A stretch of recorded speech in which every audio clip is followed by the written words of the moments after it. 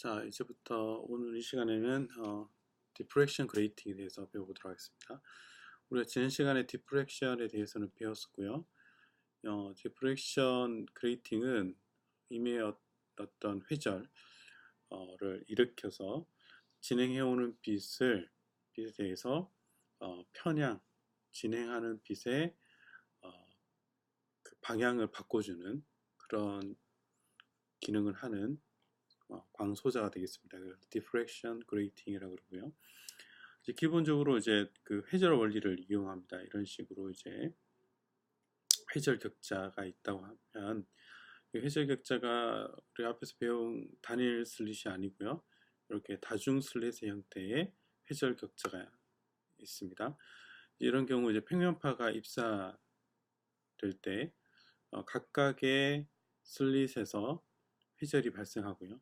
그렇게 회절이 발생한 이 각각의 회절된 빛들이 이 스크린상에 일정한 거리로 오면 스크린상에서 동일한 위상의 회절된 빛들에 의해서 보강 간섭이 일어나고, 그렇지 않은 경우는 이제 상쇄 간섭이 일어나는 이런 회절 분위가 이렇게 발생하는 것을 알 수가 있습니다.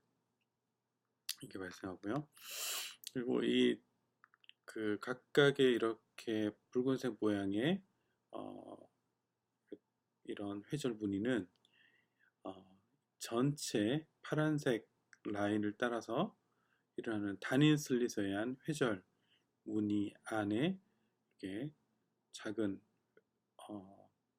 회절 무늬들이 발생하는 것을 알 수 있고요. 이것을 이제 스크린상에서 보면 이런 점의 밝은 점들이 각각의 회절 무늬가 되겠습니다. 그래서 제일 밝은 지점, 그러니까 이 빛이 들어와서 수직하게 스크린상에 맺혀지는 이 밝은 지점을 제로스 오더의 회절 무늬라 그러고요. 이 경우 이제 가장 밝은 무늬가 생기고, 양쪽으로 이제 그 다음 밝은 무늬, 그 다음 밝은 무늬, 이런 식으로 점점 어두워지는, 센터에서부터 외곽으로 갈수록 점점 어두워지는 그런 회절 무늬가 발생하게 됩니다. 그래서 여기 주로 이제 회절 격자에서는 여기 첫 번째 또는 마이너스 반대 방향의 첫 번째 회절 무늬의 빛들을 많이 대부분 이제 사용을 해서 이제 광을 평양된 빛에 대해서 이용하는 경우들이 대부분이라고 보시면 되겠습니다.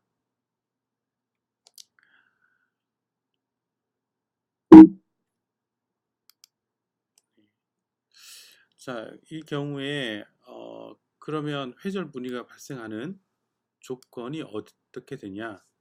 그래서 여기서 보시면 이제 예를 들어서 첫 번째 회절 무늬가 발생하는 m이 제로인 여기 첫 번째 회절 무늬가 발생하는 이 지점에서의 이 지점 또는 이 지점, 이런 식으로 회절 무늬가 일어나는 각각의 지점들은 어떻게 결정이 되냐? 그건 이제 각도에 의해서 결정이 되는데요. 예를 들어서 여기서 이제 왔을 때 첫 번째 회절 무늬에 해당이 된다. 그러면 이제 여기 세타 1이 되겠죠. 세타 1 앵글로 첫 번째 회절 무늬가 일어나는 이 지점, 두 번째 회절 무늬가 일어나는 이 지점은 세타 2, 세 번째 일어나는 이 지점은 세타 3, 이런 식으로 각도에 의해서 각각의 위치를 결정해 줄 수가 있습니다. 그래서 이것을 브레이크 리프렉션 컨디션이라고 부르고요. 이게 수직하게 입사됐을 경우에 그 컨디션은 이렇게 됩니다. 그래서 D는 격자 간의 간격, 그 다음에 세타는 회절된 각도, 그다음에 람다는 입사되는 빛의 파장, 그리고 M은 몇 번째 회절이냐를 결정해주는 상수가 되겠습니다. 자, 이렇게 되면 이제 M에 따라서 이 세타 값이 결정이 돼요. 람다는 고정이 되어 있고요. 파장도 입사되는 파장에 의해서 결정이 되어 있으면 이 M에 따라서 세타 값이 달라지게 됩니다. 그것도 불연속적으로 달라지게 되는 거죠. 그래서 각각의 회절 무늬가 발생하는 지점의 세타 값들을 얻을 수가 있습니다. 자, 이 브레이크 컨디션을 이용을 해서 이제 수직한 방향으로 들어왔을 때는 이렇게 되고요. 방금 얘기했듯이 만약에 이게 일정한 어떤 각을 가지고 있다. 어떤 임의의 어떤 각을 가지고 있다. 예를 들어서 이게 회절 격자라고 하면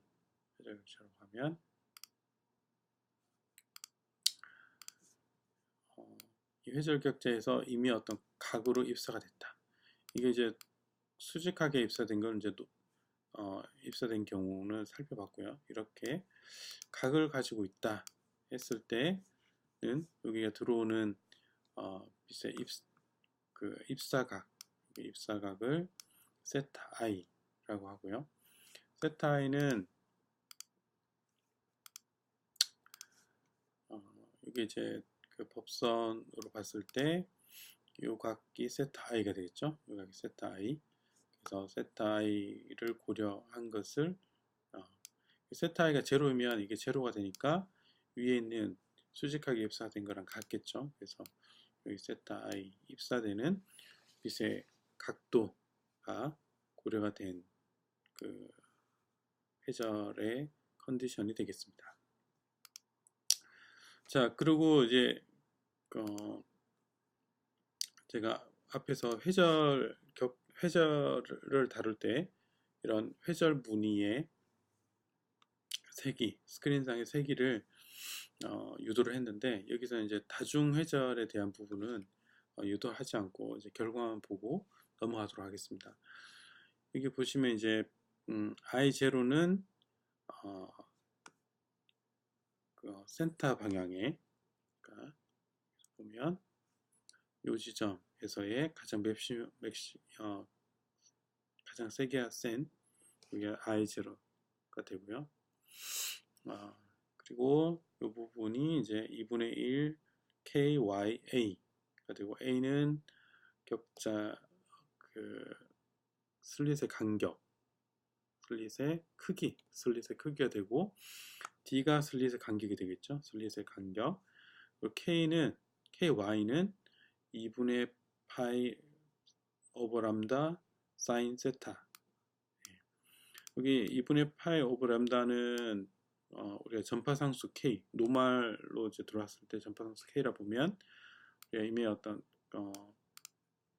각도를 가지고 있다. 그러면 사인 세타가 있겠죠. Y 방향으로 진동하는 이것은 이제 Y 방향으로 진행하는 빛의 전파상수가 되겠습니다.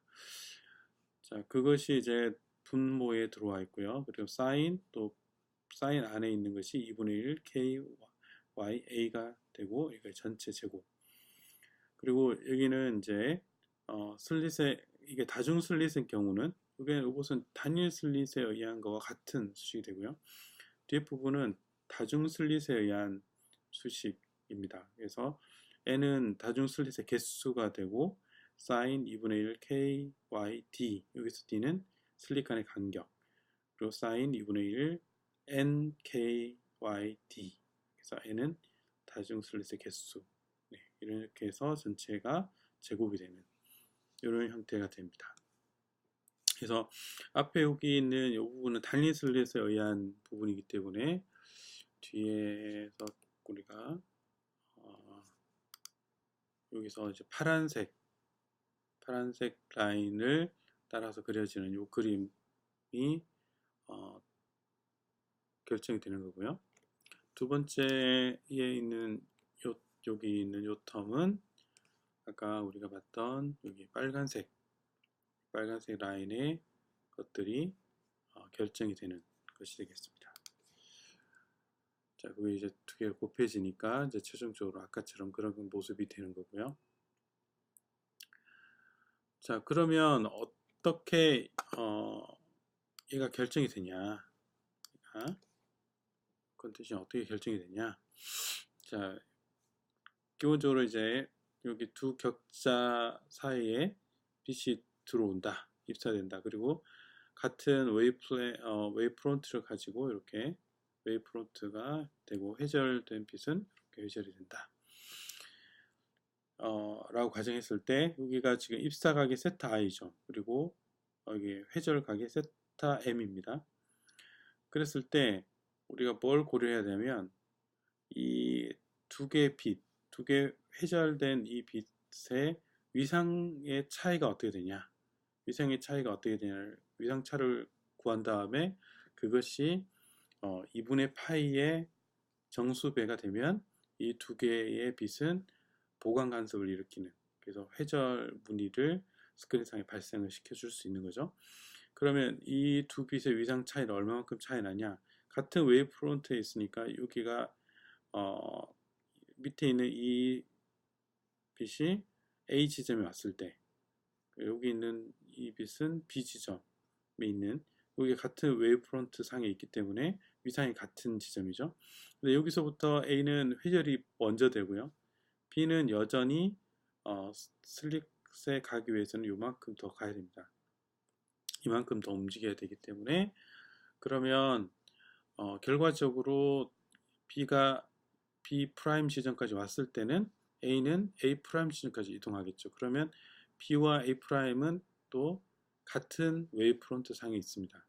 결과적으로 위상 차이는 A 프라임에서 B 프라임의 거리를 빼준 것만큼의 위상의 차이가 발생하겠죠.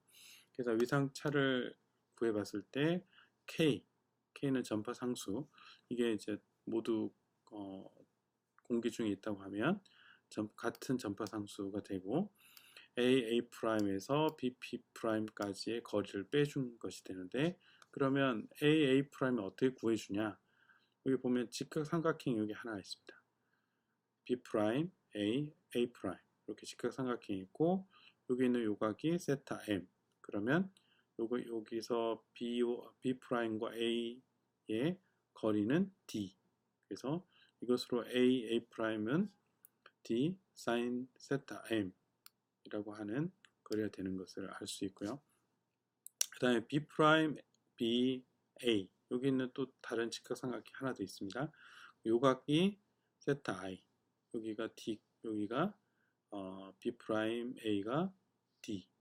이렇게 되면 여기 삼각형에 의해서 우리는 D는 사인 세타 I가 되는 것을 알 수 있습니다. 그래서 여기 두 개를 이제 빼준 이것이 뭐하고 같냐면 2파이의 정수배가 되면 이것이 보강 간섭을 일으켜서 결과적으로 회절 분위를 발생할 수 있고요.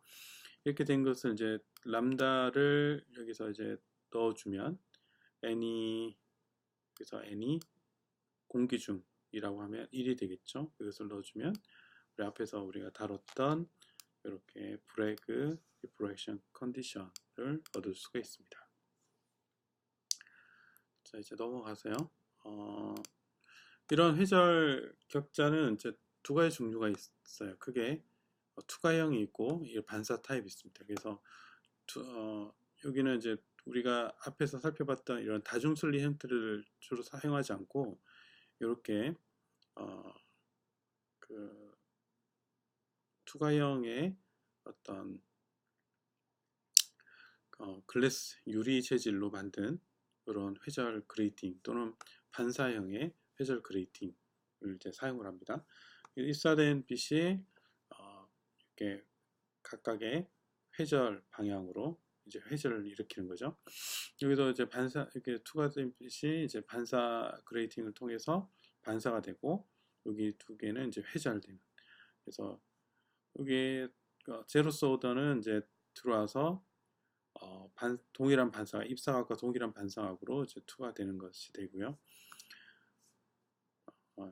이렇게 해서 우리가 여기는 회절된 편향된 빛을 이용을 해서 다양한 광소자로 이제 사용할 수가 있습니다. 자, 그러면 앞에서 이제 살펴봤던 여기서 봤던 이런 회절격자, 투과형 회절격자나 반사형 회절격자 같은 경우는 우리가 들어온 빛이 그대로 진행한 요 빛과 회절, 평양된 여기 회절에 의해서 발생한 요 빛을 봤을 때 여기 있는 요 빛의 여기는 그 회전된 빛은 여기 있는 회절되지 않은 빛하고의 그 세기의 차이가 세기가 떨어지는 거죠. 이게 무슨 얘기냐? 우리가 그 여기는 회절된 빛을 주로 사용하고 싶은데 여기는 빛, 회절되지 않은 빛이 그대로 많은 세기를 가지고 갑니다. 그만큼 빛의 세기를 잃어버리게 되는 거죠. 사용할 수 없는 거죠. 이 부분은. 그래서 많은 사람들이 이제 회절됐을 때, 평양됐을 때 우리가 이제 목적은 들어오는 빛의 방향을 틀어주는 건데 들어오는 빛의 방향을 틀어주는 건데 그 틀어준 빛의 세기가 그렇지 않은 빛의 세기에 비해서 다 사용할 수 없다. 들어오는 입사된 빛의 세기를 손실이 발생하는. 그래서 결과적으로 이 그레이팅을 지나게 되면 평양된 빛의 세기가 줄어들게 되는 거죠. 그래서 줄어든 세기를 이제 다른 방법으로 보상을 해줘야 되는데 이렇게 줄어들지 않게 하는 방법이 뭐가 있을까? 라고 사람들이 생각을 한 거죠. 여기도 마찬가지로 들어온 빛이 반사가 되고 회절이 됐을 때 이렇게 반사된 빛이 존재를 하고 그 다음 회절된 빛이 존재를 하는데 이 회절된 빛을 사용했을 때 이 반사된 빛이 그대로 세기를 가져가기 때문에 이게 회절된 빛은 손실이 발생합니다. 그래서 이것을 이제 대체하기 위해서 이게 이렇게 그 톱니 모양으로 이렇게 만듭니다. 톱니 모양으로 이렇게 만들어주면 들어온 빛에 대해서 회절된 빛이 거의 동일한 세기의 평양각을 가지고 이렇게 진행을 한다. 평양각을 가지고 진행한다. 그래서 우리가 그 세기를 잃어버리지 않고 감소되지 않는 그런 회절된 빛을 얻을 수가 있고요.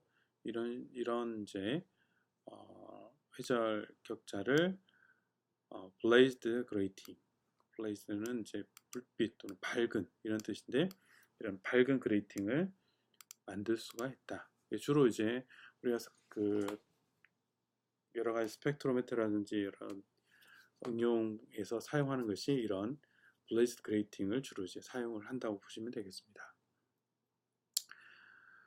자, 이그젠플은 다루지 않고요. 여러분들이 한번 이그젠플을 풀어보시면 좋겠습니다. 그래서 입사되는 빛에서 이렇게 각각의 그레이팅에 대해서 평양각이 어떻게 되는지를 구하는 문제가 되겠습니다. 자, 그래서 일단 다시 한번 보면 여기는 이제 그 디퍼런셜 그레이팅의 파장에 대한 의존성을 확인하는 실험을 해본 결과가 되겠습니다. 그래서 우리가 앞에서 다시 그 식을 좀 가져올까요? 네, 이 식을 좀 가져오겠습니다.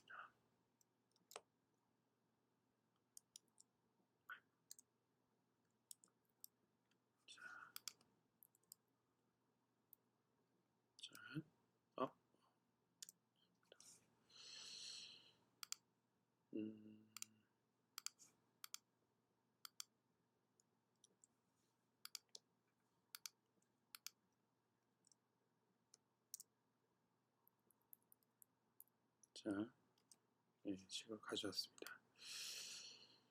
볼까요? 여기 지금 붉은색 파장이고 여기는 초록색, 여기는 파란색이죠. 그래서 파장이 길고 중간이고 그 다음에 짧은 파장이 길어질수록 이 두 개의 회절 무늬의 그 간격이 점점점 넓어지는 걸 알 수 있습니다. 그래서 이 결과적으로 각도가 파장에 대해서 선형적으로 증가하는 것을 알 수 있고요. 이것은 이 우리가 브레그 디퍼런셜 컨디션에서 확인할 수 있는 것이 되고 실험적으로도 이것이 확인할 수 있습니다. 자, 그리고 그러면 이제 이 간격은 어떻게 되냐? 이 간격 그래서 그 결과적으로 간격을 구해보면 델타 세타는 세타 2 마이너스 세타 1이 되고요. 이것은 D분의 람다가 됩니다. 그래서 이 파장이 길어질수록 이 델타 세타가 결국적으로 이그두 회절 분위 간의 간격이 점점점 늘어나는 것을 알 수 있고, D가 역수로 지어져 있죠. 그래서 D는 격자 간의 간격이 멀어질수록 또 마찬가지로 이게 좁아질수록 델타 세타가 커지는 것을 알 수 있습니다. 분모에 있기 때문에. 자, 그래서 이런 것들을 어디 쓰냐? 이렇게 예를 들어서 그레이팅이 있다, 디프레션 그레이팅이 있다. 그랬을 때 입사되는 빛이 람다 1, 람다 2가 있을 때 두 개의 빛이 이 그레이팅을 통과했을 때 서로 다른 방향으로 평형이 됩니다. 그래서 람다 1은 여기 방향, 람다 2는 이쪽 방향으로 평형이 돼서 각각의 위치에서 파장에 대한 세기를 서로 다른 디텍터를 통해서 얻을 수 있는, 그래서 이런 것을 이제 웨블렌트 디비전 멀티플렉싱에 이런 그레이팅을 사용한다 라고 보시면 되겠습니다. 그래서 파장을 분해하는 용도에 가장 많이 사용하고요. 이걸 스펙트로메트라든지 이런 곳에 파장과 관련된, 파장을 분해하는, 파장에 대한 어떤 그 특성들을 파악하는 그런 광소자로 이용을 하고 있습니다. 이것도 이제 이거 샘플인데, 이 부분은 이제 파장이 1550하고 1540의 두 개의 파장에 대해서 얼마만큼의 그 평형각 차이가 있는가, 얼마만큼의 평형각 차이가 있는가를 계산하는 거고요. 그레이팅의 그 주기가 3 마이크로미터이기 때문에 이것은 D가 되는 거죠. 여기서 D가 3 마이크로미터, 그 다음에 인시던트 앵글이 30, 그래서 세타 I가 30, 파장은 이제 1550하고 1540을 넣어주면 세타 M이 두 개가 나오는 거죠. 자, 결과적으로 이제 세타 1, 이게 이제 1550일 때, 세타 1 프라임은 1540일 때, 그래서 두 개의 값을 구한 다음에 빼주니까 이 차이가 0.2도의 차이가 있다. 그래서 1550과 1540의 그 차이가 0.2도만큼 차이가 있게 되는 거죠. 그래서 이 평형각의 차이를 가지고 파장을 분해낼 수 있게 되겠습니다. 자, 이런 것들이 어디에 이용되는지 잠깐 한번 살펴볼까요? 자, 잘 보이시나요? 일단은 우리가 다음번에 다시 다룰 내용인데, 우리가 광섬유 중에 파이버 브라 그레이팅이라고 하는 게 있습니다. 여기 FBG라고 부르는데, 파이버 브라 그레이팅. 그래서 광섬유는 이제 코어와 클레딩으로 구성이 되어 있는데, 코어의 굴절률이 클레드보다 약간 높습니다. 그런데 여기다가 이제 굴절률이 주기적으로 코어의 굴절률이 높고 낮고 높고 낮고 높고 낮고의 어떤 주기적인 굴절률 변화를 이렇게 준 것을 파이버 브라그 그레이팅이라고 합니다. 그래서 이런 광섬유의 주기적인 격자 주기의 변화를 어떻게 만들 수 있는가? 이것이 이제 이런 광섬유의 어떤 유리 재질 중에 유리로 된 재질에서 아주 강한 자외선을 받으면 굴절률이 변화가 됩니다. 굴절률이 증가하게 되는데, 그 증가된 굴절률은 자외선을 제거해도 남아있게 되는데, 그래서 자외선을 받은 부분, 안 받은 부분, 받은 부분, 안 받은 부분에서 받은 부분, 자외선이 노출된 부분의 굴절률을 높게 만드는 거죠. 그래서 이렇게 주기적인 굴절률 변화를 주게 되는데, 그러면 어떻게 자외선의 그 주기를 이렇게 같게 만드는, 한쪽은 높고 한쪽은 낮게.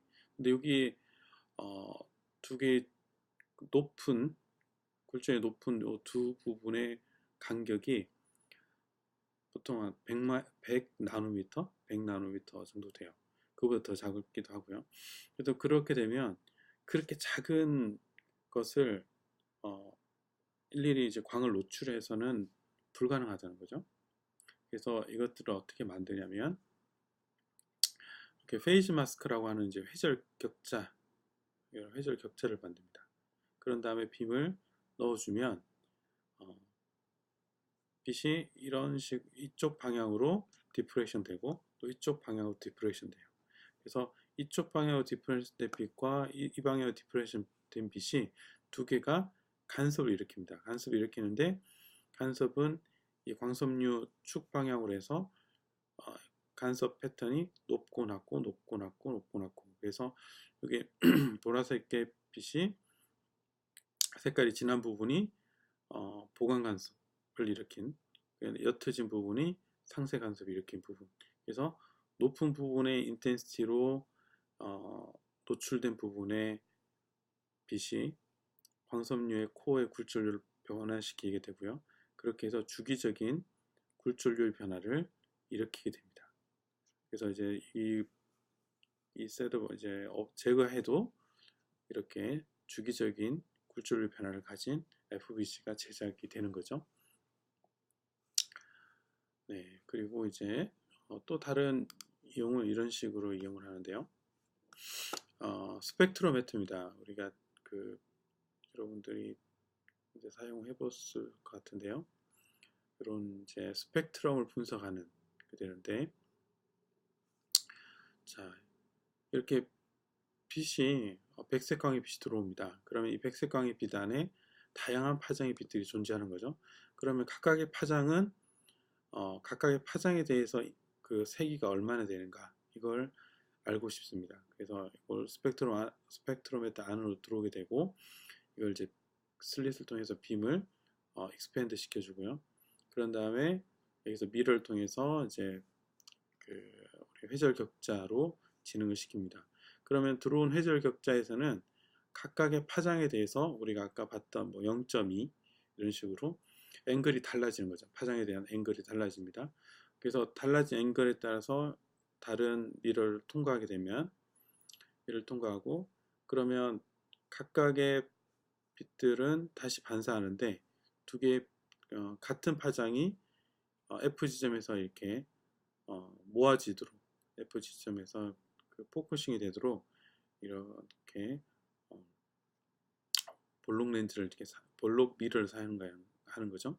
그래서 이 지점에서 다 모아지는데, 이 슬릿을 두면 특정한 이 지점에서 앵글에 따라서, 이 그레이팅 앵글에 따라서 특정한 파장의 빛만 이 슬릿을 따라서 빠져나오게 됩니다.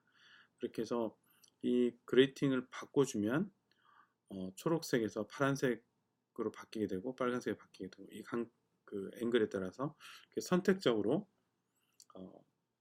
그 색깔에 따른 파워를 또 세기를 측정할 수 있는데, 여기에다 이제 그 광 디텍터를 두는 거죠. 그래서 여기 있는 그레이팅을 앵글을 좌우로 움직여가면서 파장을 스캔하는 그런 스펙트로메터에 사용을 하게 됩니다. 그래서 이게 좀 더 좋을 것 같은데요. 네, 이걸 볼까요? 네, 빛이 들어와서 그레이팅을 지난 다음에 여기 슬릿에서 디텍터로 들어오면 이런 식으로 이제 스펙트럼, 파장에 대한 스펙트럼을 얻을 수 있는 게 되고요. 실제적으로 이제 이게 이제 그런 용도인데요. 그래서 여기 광섬유로 이제 파장 그 광을 넣어주면, 이건 옵티컬 스펙트럼 어널라이저라고 하는 광통신에서 또는 이제 광섬유 관련된 연구에서 주로 사용되는 장비가 되겠습니다. 그래서 광섬유가 여기로 들어가게 되고요. 자, 이런 식으로 이제 광섬유를 통해서 빛이 들어가게 되고, 들어간 빛은 이 안에서 하나의 스펙트로메터가 됩니다. 그래서 파장을 스캔하면서 각 파장에 대한 세기가 어떻게 되냐, 이걸 읽어오는 거죠. 그레이팅을 좌우로 움직여가면서 이걸 이제 그레이팅을 스캔하면 자동적으로 파장이 스캔이 되는, 그래서 파장에 대한 파워를 측정하는 이런 것이 그레이팅이 되겠습니다. 자, 이제 여기까지가 회절 격자가 되겠고요. 자, 오늘 회절 격자까지 하도록 하겠습니다.